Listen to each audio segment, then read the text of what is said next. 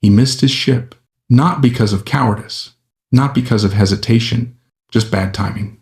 That mistake should have ended his war before it began. Instead, it placed a 6-year-old college kid alone in the darkest water of the Pacific, aboard a plywood boat facing 11 Japanese destroyers.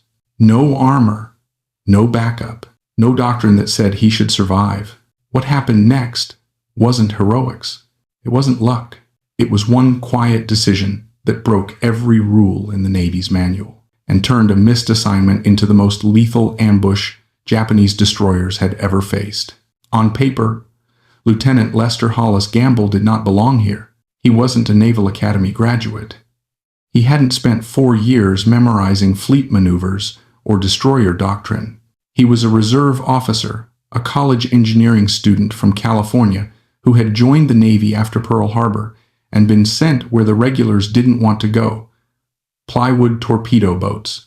By December 1942, the waters around Guadalcanal were already a graveyard. American cruisers lay wrecked on the seabed. Japanese destroyers ruled the night. The men who survived called it Iron Bottom's Sound, and everyone knew why. Every night, the Japanese Navy ran supplies down the slot, the operation Americans bitterly nicknamed the Tokyo Express. Fast destroyers, trained crews, night-fighting experts.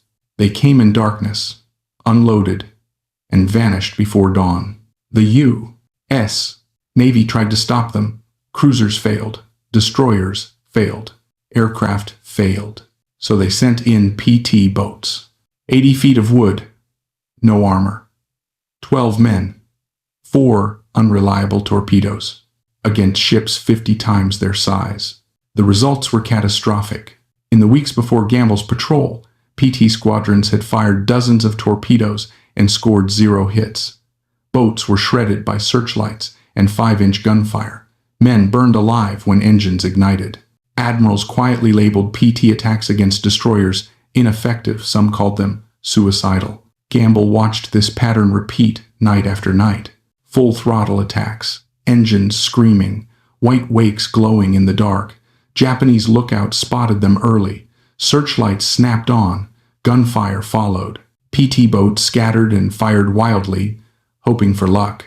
Luck never came. Then, one night, weeks earlier, something went wrong. An overheated engine forced Gamble to cut power. His boat drifted in silence, dead in the water. He waited for the inevitable searchlights, shells, death. Instead, a Japanese destroyer passed nearby. It never saw him. That moment lodged in his mind. Silence, darkness, invisibility. By December 11th, 1942, as Gamble ordered his engines cut and his boat drifted into black water, he wasn't following doctrine anymore. He was testing an idea the Navy said should get him killed. By the night of December 11th, 1942, the trap was already set. 5 PT boats slipped out of Tulagi and separated into 2 patrol groups, spreading along the dark coastline of Guadalcanal. Gamble's boat, PT-37, drifted into position near shore, engines cut, hull rolling gently in the swell. No wake, no noise, no light. Just men waiting in silence so deep it made time stretch. For hours, nothing happened. Then, just after midnight, shapes began to form in the darkness. Long, low, fast. 11 Japanese warships running in formation, the Tokyo Express, right on schedule. And among them, closer to shore than the rest, one massive silhouette stood out. It was the flagship of Rear Admiral Raizo Tanaka, the destroyer Teruzuki. 440 feet of steel, radar, searchlights, rapid-fire guns. The most advanced destroyer in the Imperial Japanese Navy, and it was heading straight toward a wooden boat sitting dead in the water. At 800 yards, Gamble could hear water breaking against the destroyer's bow. At 600, he could feel the vibration through the hull. One searchlight sweep and PT-37 would vanish in splinters. This was the moment Doctrine said he should already be dead. Instead, Gamble waited. Only when the range collapsed to point-blank 400 yards did he give the order. Engines on, full throttle. Attack. 3 Packard engines exploded to life. PT-37 lunged forward from a dead stop, erupting out of the darkness.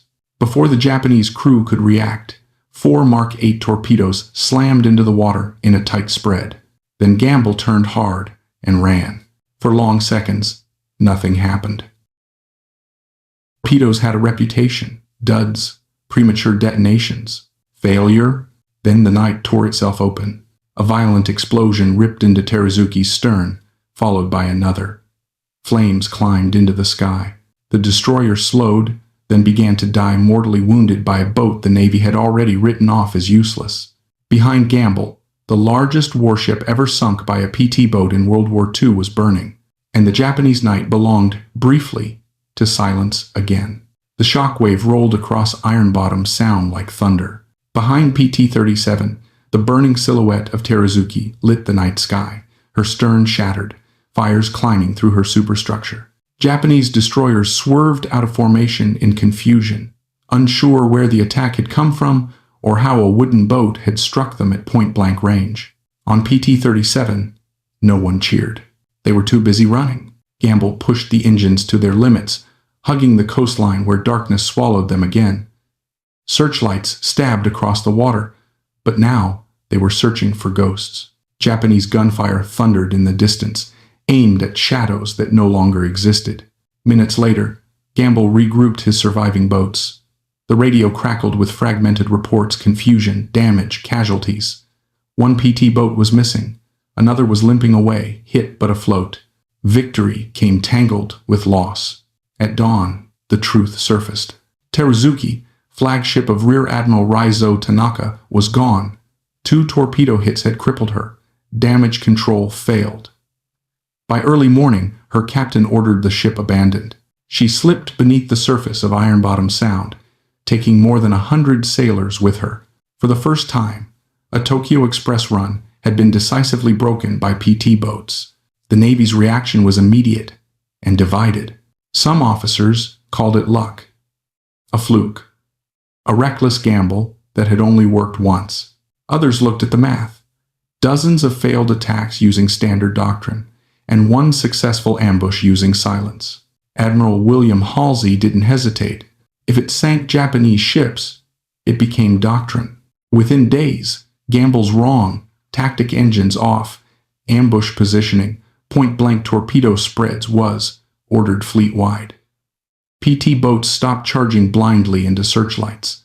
They waited. They hid. They hunted. The results were undeniable. Over the next months, PT boats using Gamble's methods sank and damaged multiple Japanese destroyers. The Tokyo Express slowed, routes changed, crews grew nervous. Japanese sailors began calling the PT boats devil boats, attackers that appeared from nowhere and vanished before retaliation. 1 missed ship, 1 quiet decision, and the balance of night warfare in the Solomon Islands shifted. The manual hadn't changed yet, but the war already had. Success did not bring celebration. It brought arguments. Within hours of Terazuki's sinking, reports reached squadron headquarters, and the room split down the middle.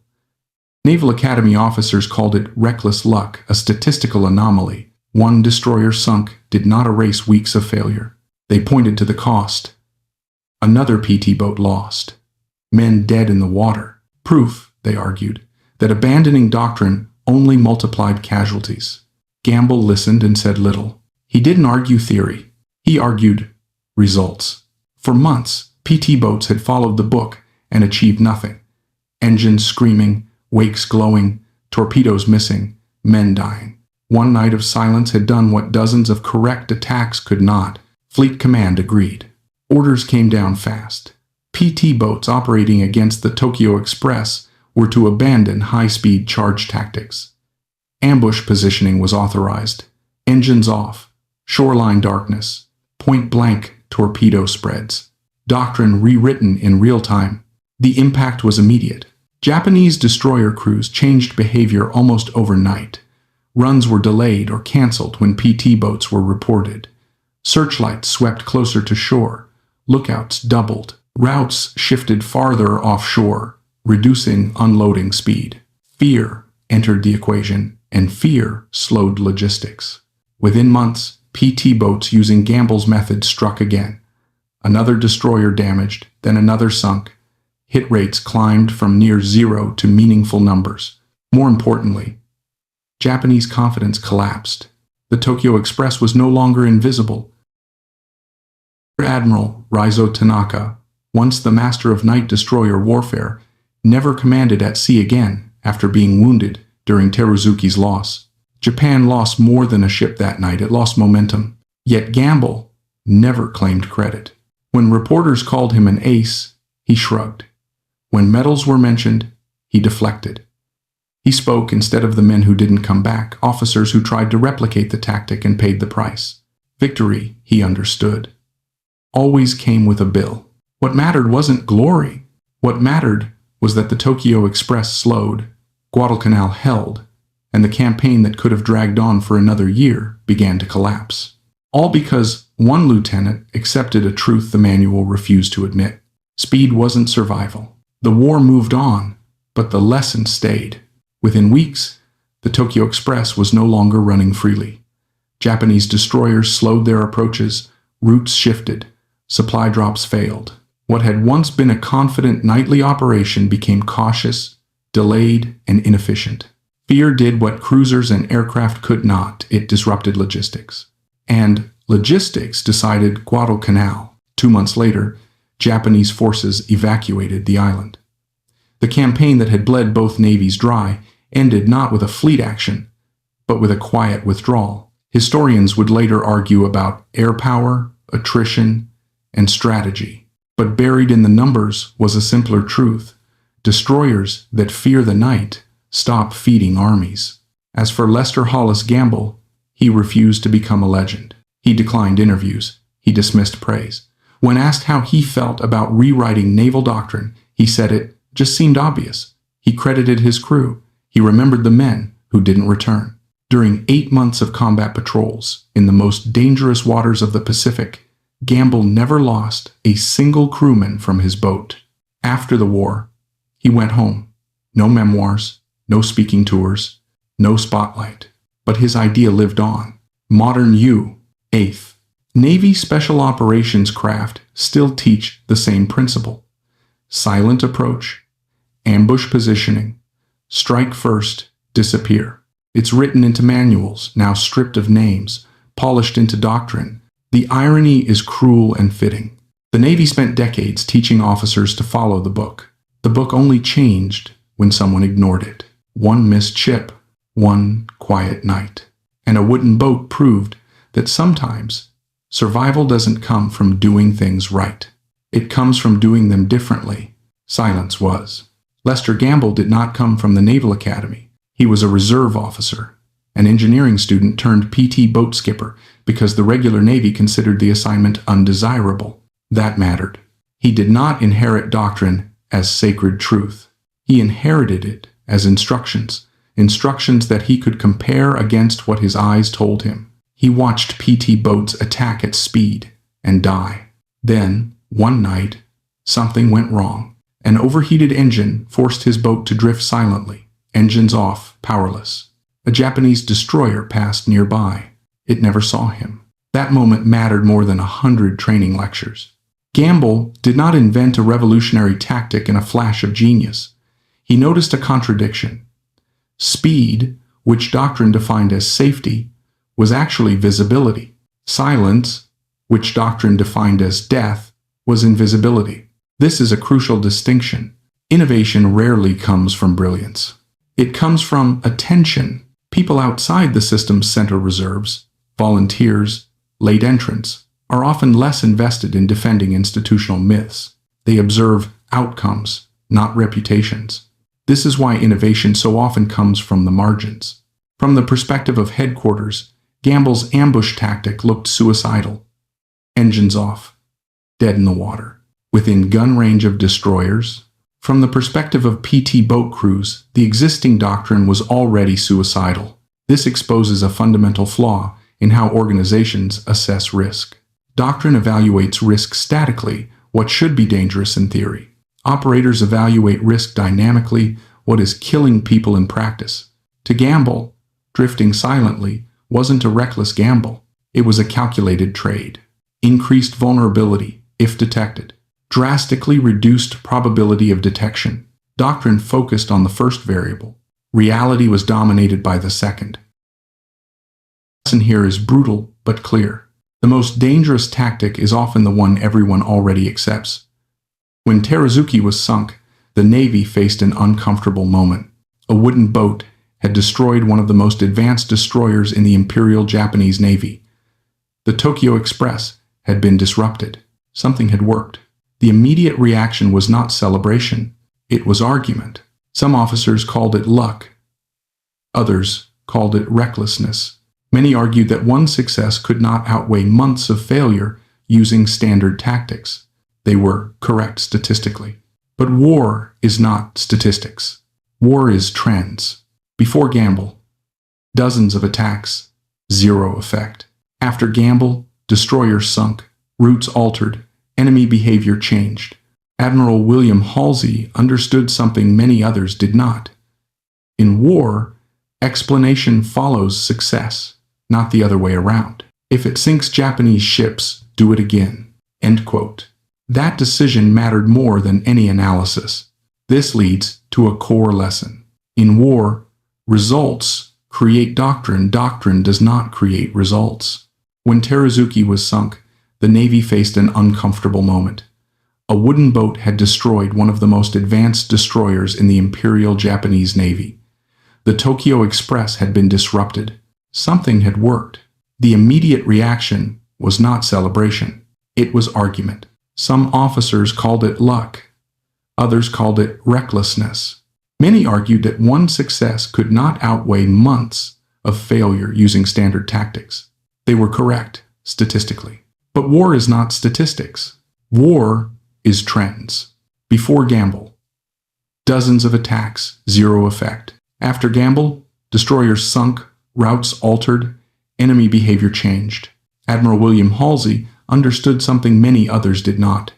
In war, explanation follows success, not the other way around. If it sinks Japanese ships, do it again. Was Withna. That decision mattered more than any analysis. This leads to a core lesson. In war, results create doctrine. Doctrine does not create results. Military organizations value experience above almost everything else. Veterans are trusted. Senior officers are obeyed. Doctrine is built from lessons learned the hard way. But experience has a dark side. Experience teaches patterns, and once patterns are internalized, the brain resists alternatives. When officers at Guadalcanal saw PT boats fail repeatedly, they didn't see a broken concept. They saw flawed execution. Their experience told them, this is how naval combat works. The problem was that their experience came from different ships, different weapons, different conditions. Destroyer captains thought in terms of armor, range, radar, and sustained fire. PT boats lived in a different universe, short range, fragile hulls, unreliable torpedoes, and darkness so thick it erased distance. Applying destroyer logic to PT boats was like applying battleship doctrine to a knife fight. Experience, instead of clarifying reality, distorted it. This leads to a critical lesson. Experience is only valuable when it matches the problem you are facing. Doctrine exists because humans crave control in chaos. Manuals promise that if you follow steps correctly, outcomes become predictable. But combat destroys predictability. The Navy's PT doctrine tried to impose control by regulating speed, attack angles, and withdrawal procedures. What it could not regulate was the enemy's perception, what they heard, what they saw, and what they expected. Japanese destroyer crews didn't react to what PT boats intended to do. They reacted to what PT boats revealed. Noise, wake, and timing gave the Japanese control over the engagement before the Americans even realized it. Gamble's insight wasn't technical. It was psychological. He understood that control belonged to whoever was seen last. By cutting engines and waiting, he surrendered mechanical control in exchange for psychological dominance. This is the second lesson. In combat, control is often psychological, not mechanical. One of the least discussed elements of this story is not Gamble, it is the officer who allowed him to try. Permission matters. Without a superior willing to accept responsibility for deviation, Gamble's idea would have died in a briefing room. Most innovations do. Commanders are often judged not by outcomes, but by compliance. Saying no is safer than saying try. If something goes wrong, refusal is invisible, approval is recorded. Progress requires someone to accept blame before success is proven. This exposes a fundamental truth. Innovation requires leaders who are willing to absorb risk on behalf of subordinates. Most leaders don't fail because they make bad decisions. They fail because they refuse to authorize good ones. War has a way of exposing the difference between knowledge and understanding. Knowledge is what is taught, memorized, tested, and certified. Understanding is what survives contact with reality. The story of Lester Gamble belongs to the second category. It is not a lesson about bravery, nor about clever tactics, but about how humans adapt when systems fail, and how survival often depends on abandoning certainty rather than improving it. Before Guadalcanal, the United States Navy believed it understood night naval combat. It had doctrine, manuals, training syllabi, and officers educated to execute them. PT boats were given a role within that framework, even though they were never designed to fight destroyers directly. When those boats failed repeatedly, the failure did not initially discredit the doctrine. Instead, the failure was absorbed by the system and explained away. This is how institutions protect themselves. They reinterpret reality until it fits their expectations, rather than questioning the expectations themselves. What happened in the Solomon Islands revealed a deeper truth.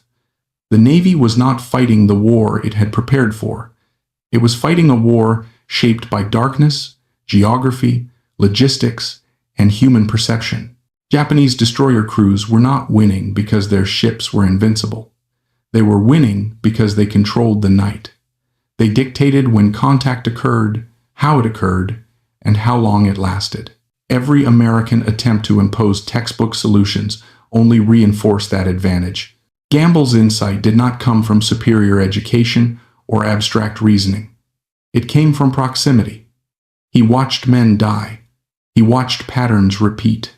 He noticed that every failed attack shared the same visible features: noise, speed, light, predictability. When his own boat drifted silently by accident and survived, the lesson was not intellectual. It was visceral. Silence had value.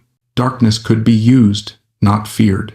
This moment highlights an uncomfortable reality about learning in war. Most lessons are not discovered by planning.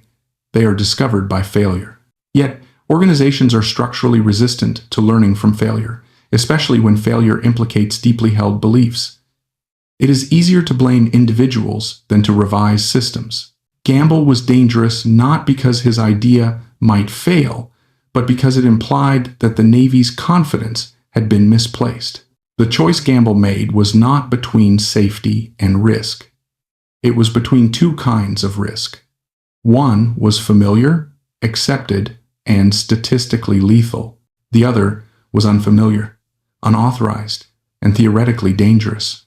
Doctrine labeled the second option reckless, but experience showed the first option was already killing people. Gamble chose uncertainty over certainty because certainty had proven fatal. This is a pattern that appears again and again in conflict.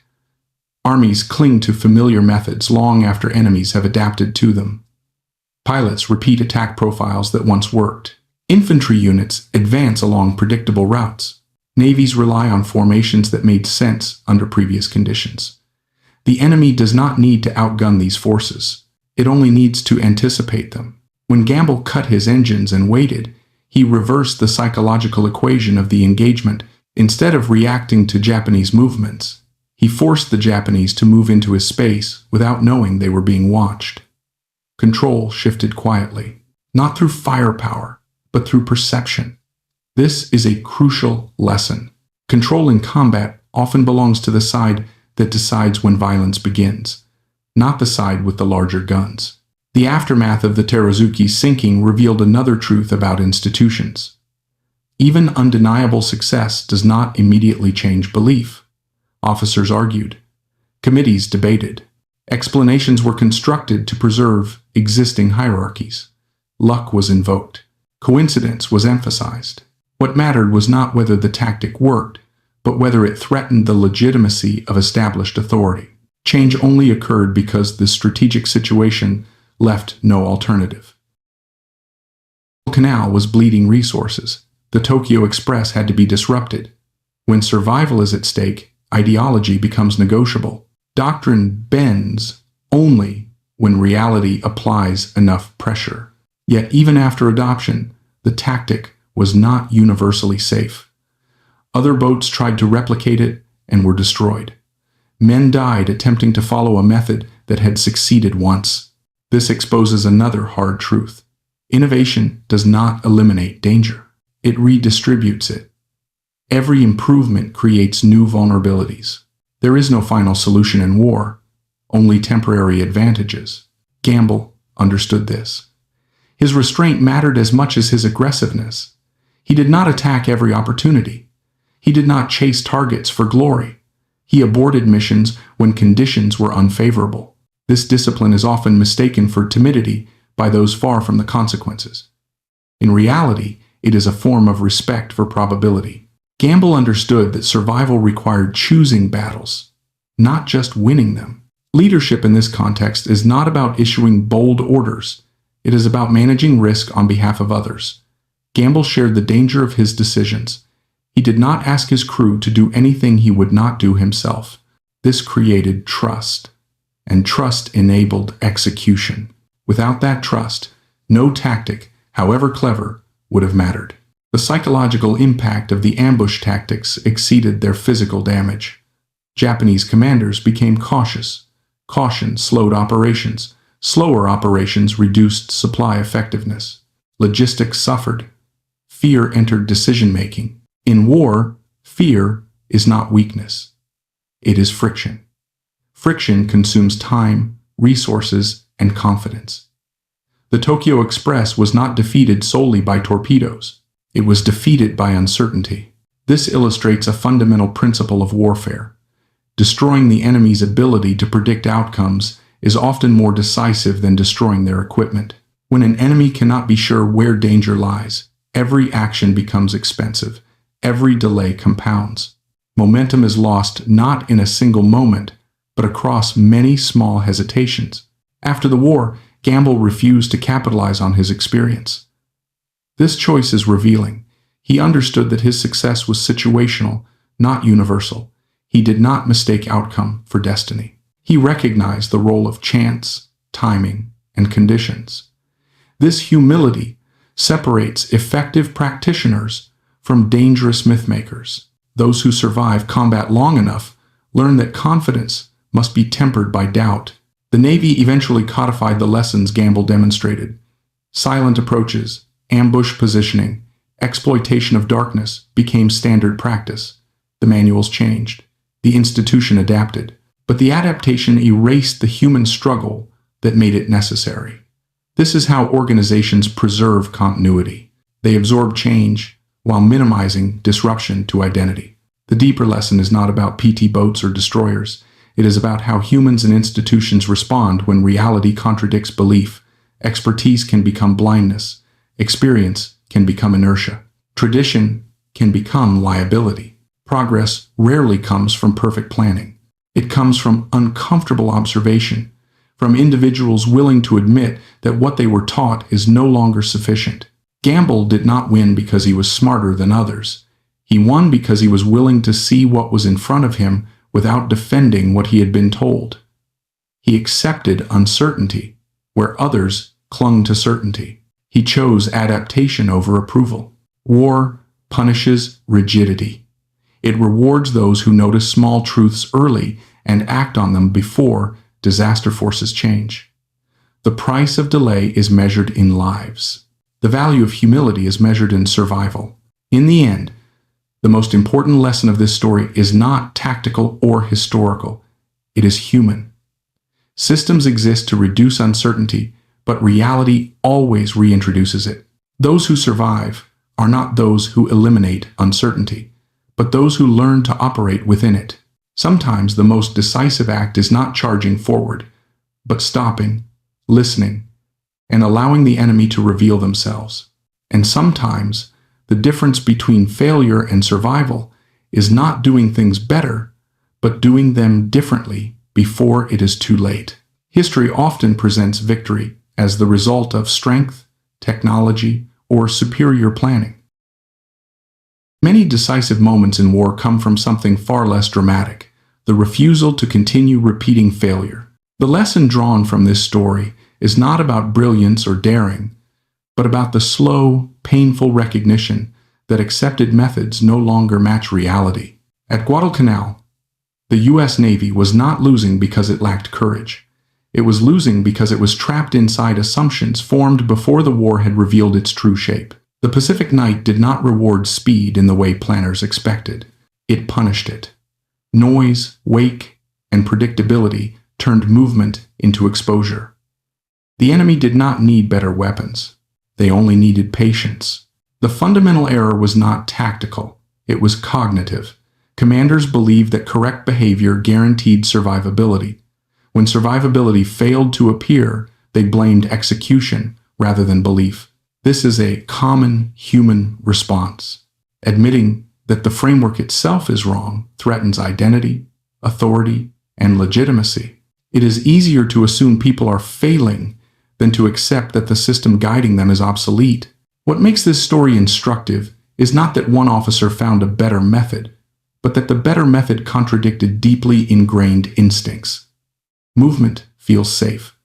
Speed feels protective. Stillness feels like surrender. These instincts are reinforced in training, culture, and psychology. Gamble's decision inverted them. He treated stillness as protection and movement as danger. This inversion felt wrong because it violated intuition, not because it violated reality. This highlights a critical lesson about adaptation. Humans often confuse instinct with wisdom. Instinct evolved for survival in familiar environments, not for modern warfare. When conditions change faster than instincts adapt, intuition becomes unreliable. Those who survive are not those who trust instinct most strongly, but those who test instinct against evidence. Another lesson emerges from the Navy's delayed acceptance of the tactic. Institutions rarely reject new ideas because they are unproven. They reject them because they are destabilizing. A new tactic does more than propose a better outcome. It implies that previous decisions caused unnecessary loss. That implication creates resistance far stronger than skepticism. Accepting innovation often means accepting guilt. This is why change usually follows crisis. Only when the cost of maintaining belief exceeds the cost of abandoning it does an institution adapt. Guadalcanal provided that pressure. Continued failure made denial unsustainable. Success, even limited success, became permission to rethink. Yet even after acceptance, the tactic did not become universally safe or reliable. Some crews died attempting to replicate it. This reveals another uncomfortable truth. Innovation does not eliminate risk. It shifts it. The idea that progress makes war safer is largely false. Progress merely changes who bears danger and when. Gamble's method reduced predictability for the enemy, but it increased the consequences of detection. Success depended on judgment, timing, and restraint, not just on method. This brings the focus to leadership rather than tactics. Gamble's effectiveness was not rooted in aggressiveness. It was rooted in selectivity. He did not treat opportunity as obligation. He understood that refusing to engage could be as important as engaging. This restraint is often undervalued in military culture, which celebrates action over patience. Yet patience is often what preserves life. Leadership, in this sense, is not about decisiveness alone. It is about discernment. The ability to decide when not to act separates effective commanders from reckless ones. Gamble's record of not losing crew members was not accidental. It reflected a mindset that valued survival as a prerequisite for success, not as a secondary concern. The psychological impact of the tactic also deserves emphasis. Japanese destroyers were not defeated primarily by losses. They were defeated by uncertainty. Once crews believed they could be attacked without warning, the night lost its predictability. Operations slowed. Confidence eroded. Decision-making became cautious. In war, caution is expensive. It consumes time, fuel, and momentum. This illustrates a broader principle. Warfare is not an exchange of force alone. It is an exchange of confidence. One side dictates expectations, it controls tempo. Gamble's tactic disrupted expectations. It forced the enemy to question assumptions that had previously made them dominant. That questioning did more damage than any single torpedo. Another lesson lies in what happened after the war. The Navy eventually incorporated these tactics into doctrine, but the story became sanitized. Names faded. Context was stripped away. The lesson was preserved, but the discomfort was removed. This is how institutions survive change. They absorb outcomes while minimizing acknowledgement of how wrong they once were. Yet the danger remains. The next war will present different conditions. New doctrines will again harden into assumptions. New failures will again be explained away. The pattern repeats because the underlying human tendencies remain unchanged. The enduring lesson is therefore not historical. It is structural. Systems reward conformity.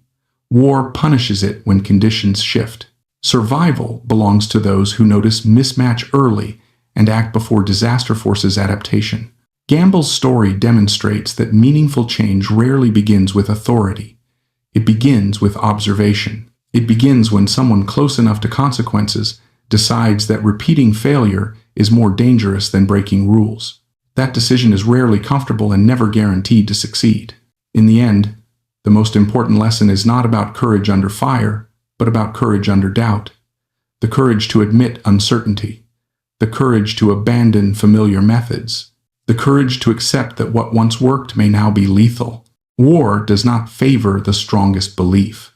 It favors the most flexible mind. Wars are often remembered as contests of strength, but they are more accurately contests of adjustment. Victory rarely belongs to the side that begins with the best ideas. It belongs to the side that abandons bad ideas first. The events surrounding Lester Gamble reveal this pattern with unusual clarity, because the failure was obvious long before the solution was accepted. At Guadalcanal, the U.S. Navy did not lack information. Reports were written. After-action summaries were filed. Casualty figures were tallied. The evidence was unambiguous.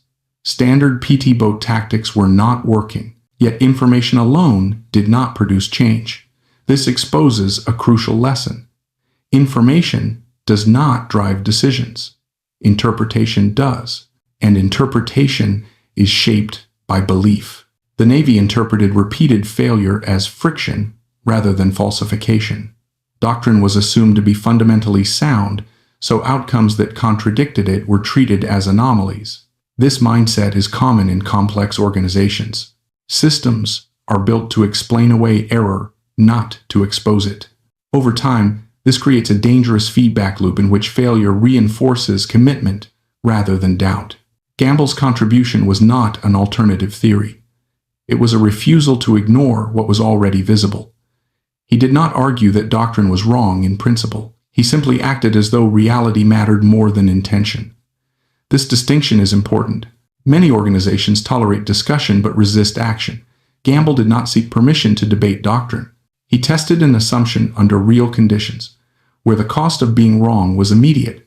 This highlights a subtle lesson about adaptation. Change is rarely born from consensus. It is born from localized decisions made under pressure, often before institutional approval exists. By the time consensus forms, the decisive moment has usually passed. Another lesson emerges from the Navy's initial resistance.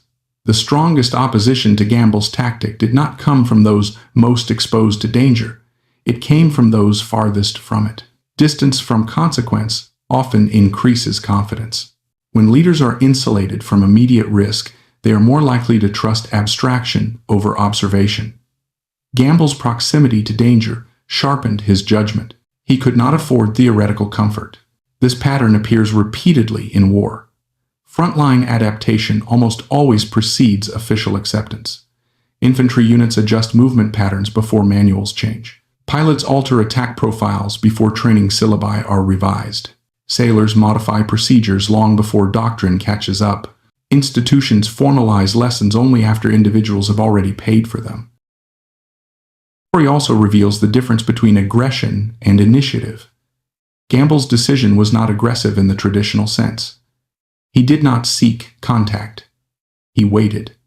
He did not chase targets. He allowed targets to come to him. This runs counter to cultural ideals that equate action with courage. In reality, patience often requires greater discipline than motion. This distinction matters because organizations often reward visible action over effective action. Speed, noise, and activity are easily measured. Silence, restraint, and timing are not. As a result, systems often select for behaviors that look decisive rather than those that produce results. Gamble's method worked precisely because it avoided visible decisiveness until the decisive moment arrived. Another lesson lies in the role of expectation. Japanese destroyer crews were not defeated because they lacked skill. They were defeated because they expected danger to appear in a particular form. Once that expectation was violated, their advantage evaporated. This demonstrates a fundamental principle of conflict. Strength is less important than predictability. Predictability invites exploitation. Gamble did not overpower the enemy. He disoriented them. By doing so, he forced them to operate more cautiously, more slowly, and less efficiently. That loss of efficiency mattered more than any single engagement.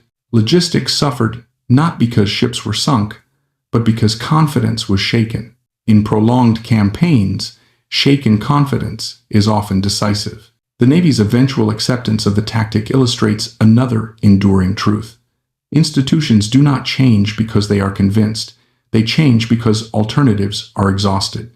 When existing methods fail catastrophically and repeatedly, even rigid systems begin to bend.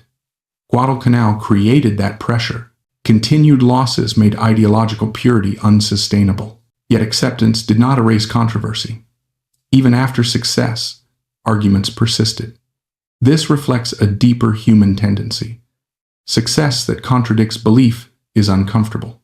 It forces reevaluation not only of tactics, but of judgment. It implies that losses might have been avoidable. That implication is emotionally and professionally threatening. This is why institutions often absorb innovations while minimizing acknowledgement of prior error. The lesson is preserved, but the discomfort is buried. Over time, the innovation becomes obvious, and the struggle to accept it is forgotten.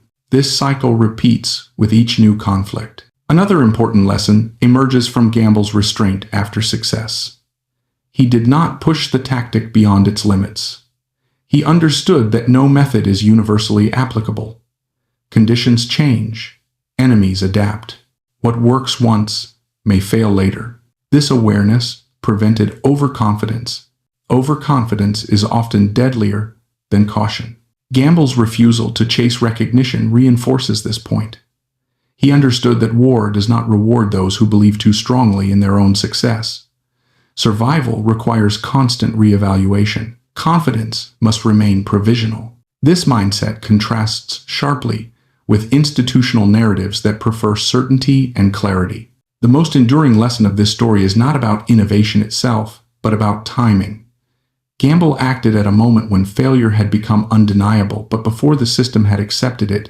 That narrow window is where meaningful change occurs. Too early, and ideas are dismissed. Too late, and the cost of change becomes catastrophic. This lesson extends beyond war. In any complex system, warning signs appear long before collapse. Metrics degrade. Outcomes worsen. Yet belief persists. Those closest to consequences often see the problem first. Those farthest from them decide last. Gamble's story reminds us that adaptation is not an abstract process. It is a human one. It requires individuals willing to accept responsibility without assurance, to act without validation, and to tolerate criticism in exchange for possibility. War punishes those who wait for certainty. It rewards those who notice when certainty has become a liability. In the end, the lesson is simple but difficult to apply.